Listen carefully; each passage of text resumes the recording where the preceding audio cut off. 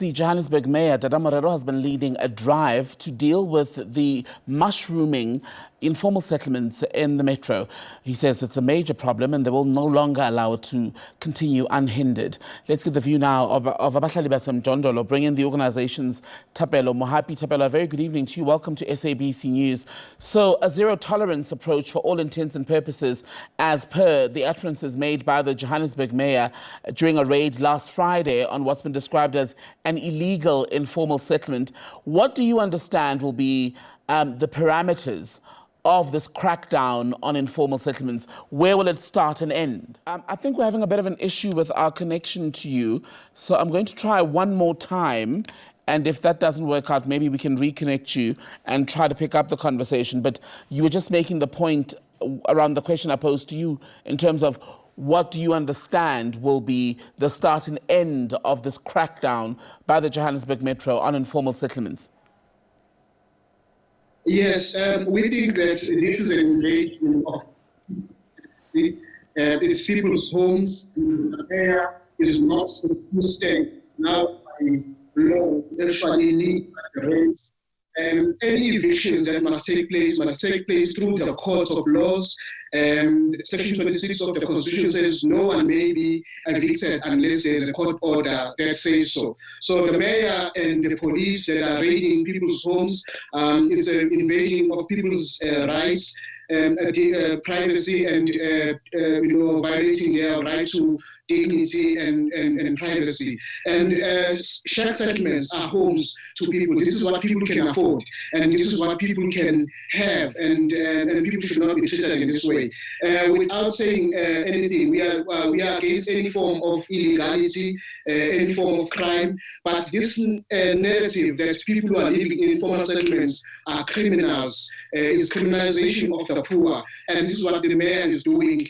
We know that this is a political stance because we're having elections, local government elections next year, and only now that the mayor is canvassing and wanting to be seen as somebody who's doing something. But there are ways of dealing with the backlog of housing as it stands in the cities right now. Would I be right in saying that Abahlali would then oppose any sort of destruction or demolition of these illegal structures where they have mushroomed? Yes, any demolition of people's homes in terms of the law, if people did not follow due processes in terms of the law, that is illegal. So the raid that was carried by the mayor, whether you have the subs and everyone else, it was unlawful and therefore it should be challenged. And we think that it is high time that we challenge any criminalization of the poor.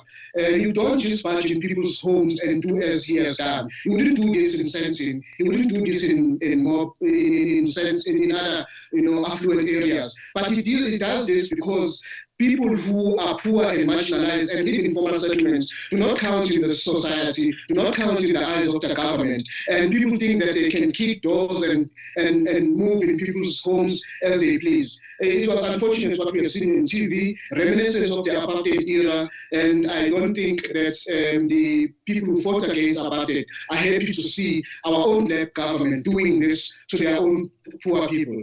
The apartheid government, what they did to black people is what the ANC-led government is doing to the poor and marginalized today. How then should the city of Johannesburg and others respond to instances where we're seeing shacks erected on land owned either by the city or privately owned land without permission, in instances where, as per some city officials in an interview with SABC Radio this week, where they say one of the other issues they're encountering is that these new settlements are hubs for crime and illegal immigration. How should they respond? Yes, I think we must understand that we come from a very difficult time. Land disposition, apartheid deprived black people of the right to access the city. And people come to the cities to seek better opportunities.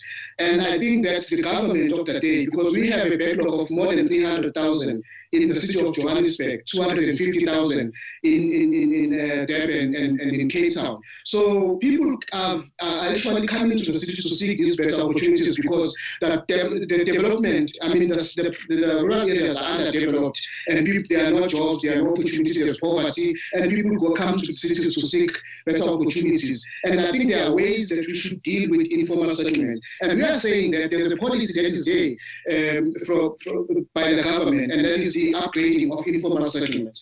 Once you start upgrading the informal settlement that they are available, you provide incremental services, you do a head count of each and individuals that are living there, each households, and you provide services for those people. Then you would not have a new informal settlement that are coming up. So we need to deal with the backlog of housing, understanding the background where we come from, the history of this country, but also do that in a meaningful way. There should be a meaningful engagement with our people. It shouldn't be that because I'm poor, government can walk over me and do whatever they do, as we have seen in the city of Johannesburg. Thapelo Mohapi, good to talk to you. Thapelo is with Abahlali baseMjondolo. In fact, he's the General Secretary of the organization.